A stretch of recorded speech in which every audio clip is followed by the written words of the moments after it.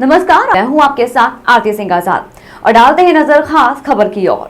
Cyber city Gurugram में नगर निगम द्वारा की जा रही हाउस टैक्स की वसूली को लेकर सामाजिक न्याय संगठन के बैनर तले ग्रामीणों ने सड़कों पर उतरकर विरोध प्रदर्शन किया और गुरुग्राम के डीसी को मुख्यमंत्री के नाम ज्ञापन सौंपा। सामाजिक न्याय संगठन के सदस्यों ने नगर निगम गुरुग्राम व नगर निगम मानेसर के खिलाफ हल्ला बोलते हुए कहा कि 1952 में पंचायत बनने के बाद ग्रामीण लोगों ने अपनी निजी जमीन गांव की भलाई के लिए पंचायत के नाम कर दी थी और उस वक्त कोई टैक्स भी नहीं देना पड़ता था। लेकिन 2008 में नगर निगम गुरुग्राम बनने के बाद टैक्स वसूली का खेल शुरू हो गया, जो आज तक बदस्तूर जारी है। सदस्यों की माने तो आज गाँव की हालत खस्ता हो चुकी है। जगह जगह कूड़े के ढेर लगे हुए हैं, जहाँ आवारा पशु घूमते रहते हैं।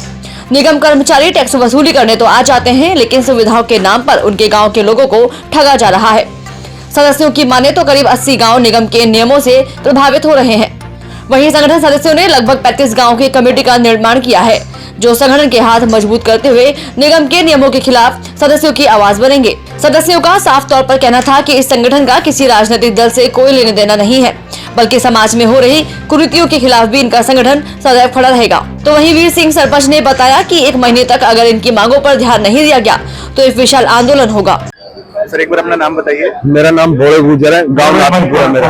आज आप लोग यहाँ पर इकट्ठा हुए, क्या मंशा थी, कितने लोग इकट्ठे हुए? हजारों की तादाद में आज हम यहाँ इकट्ठा हुए। पहले हमने धरना प्रदर्शन किया और उसके बाद जैसे कि पिछली बार भी हमने ज्ञापन दिया था डीसी साहब को, और हमने उसमें अपनी मांग रखी थी कि जो गांव में मानेसर और गुरुग्राम में जो हाउस टैक्स लगाए जा रहे हैं उनको खत्म किया जाए। हमारा पड़ोसी राज्य जो दिल्ली है उसके अंदर हाउस टैक्स खत्म है और हाउस टैक्स नहीं लिए जाते, तो हमारे गांव में भी हाउस टैक्स को खत्म किया जाए। और जहाँ ये हाउस टैक्स भेज रहे हैं, आप देख रहे होंगे और आपने वहां जाके देखा भी, खबर भी किया कि सफाई के नाम पे 1 रुपए का काम नहीं है। गांव के हालात देखे हैं ना जी, कूड़े के नाम पे ढेर लगे हुए, सीवर ओवरफ्लो हुए पड़े, निकलने के लिए रास्ता नहीं है। बड़े बुजुर्ग, बच्चे, नौजवान साथी, किसी के लिए निकलने के लिए रास्ता नहीं है। ऊपर से हाउस टैक्स हम पे थोपा जा रहा है। आज आपने जो ज्ञापन सौंपा है, आगे की रणनीति क्या रहेगी अगर एक्शन नहीं होता? अगर हमारी मांगे नहीं मानी जाती है तो बड़ा आंदोलन होगा और हम गांव-गांव जाके एक कमेटियों का गठन करेंगे। गठन करने के बाद में एक बहुत बड़ी पंचायत करेंगे और कमेटी के जो सदस्य हैं वो निर्णय लेंगे कि आगे की और रूपरेखा कैसे बनाई जाए।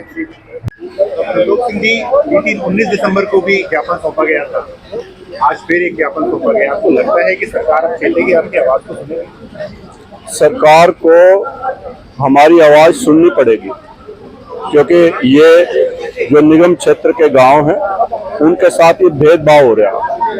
2008 से 15 साल गुजर चुके हैं और निगम क्षेत्र के गांव में कोई भी नागरिक सुविधाएं उपलब्ध नहीं कराई गई है।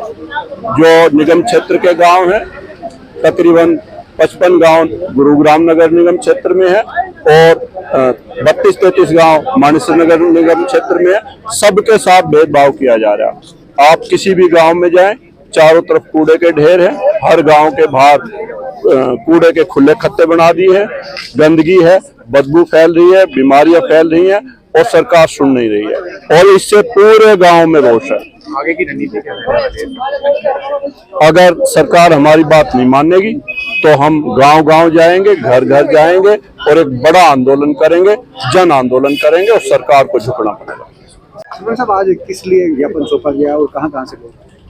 देखो, हमने पिछले 19 तारीख को हमने दिसंबर में वो दिया था ज्ञापन, सरकार नवंबर में, और सरकार को ज्ञापन सौंप के गए थे इस बात के लिए कि जो ग्रामीण लोग थे एक सामाजिक संगठन बनाया, गांव के लोग इकट्ठा होकर उन्होंने एक सामाजिक न्याय संगठन बनाया है और उसके ऊपर लोगों ने ये डिमांड रखी है कि भाई इसके अंदर जो निगम के क्षेत्र में आए जितने भी गाँव है, नगर निगम मानेसर के भी, गुड़गांव की, मैं तो ये कहता हूँ पूरे हरियाणा के गाँव होने चाहिए इसके अंदर।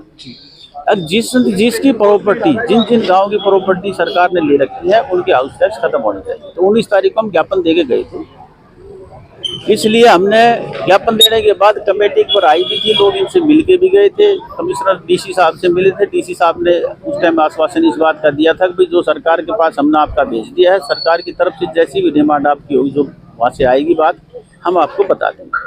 लेकिन कुछ इंतजार करने के बाद लोगों ने, संगठन ने ये फैसला लिया कि सरकार की तरफ से कोई जवाब आया नहीं है, तो फिर इन्हें गांव-गांव जाके पंचायतें शुरू की, उसमें कमेटियां बनानी शुरू की। हर गांव के अंदर कमेटियां बन रही, 80 गांव है तो 80 गांव में अभी नहीं बन पाई है, लेकिन 35 गांव लगभग हुए जिनमें कमेटियां बन चुकी हैं। तो कमेटियां बनानी शुरू की तो लोगों के अंदर ये बात आई कि भाई अब समय होता है किसी भी ज्ञापन का करने का, प्रदर्शन करने का, कोई डिमांड उठाने का एक समय होता है। जैसे आपने देखा हुआ पीछे किसान आंदोलन चला, 1.5 साल किसान आंदोलन चलता रहा, लेकिन जब लोकसभा के, उसके विधानसभा, यूपी के जब चुनाव आए तो सरकार ने संसद में बने हुए बिल भी वापस लेने पड़े।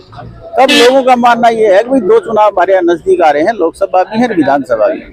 अगर इसके अंदर हम मजबूती से इकट्ठा होकर ने इस मांग को उठाएंगे तो हमारा जो काम है जल्दी पूरा होगा।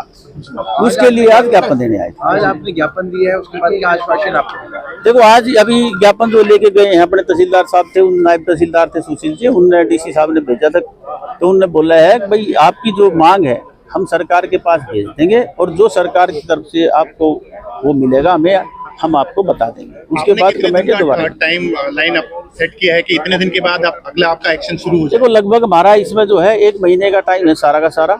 1 महीने में अगर सरकार बीच में 10 दिन के अंदर अगर जवाब नहीं देती तो फिर हम क्या करेंगे, गांव-गांव जाके ना जितना जनजागरण अभियान चालू करेंगे और हर गांव के अंदर कमेटी भी बनाएंगे, लोगों के साथ मिलकर पंचायत भी करेंगे और एक जिम्मेवारी फिक्स करेंगे अगर भाई इतने आदमी एक गाँव के यहाँ आने चाहिए।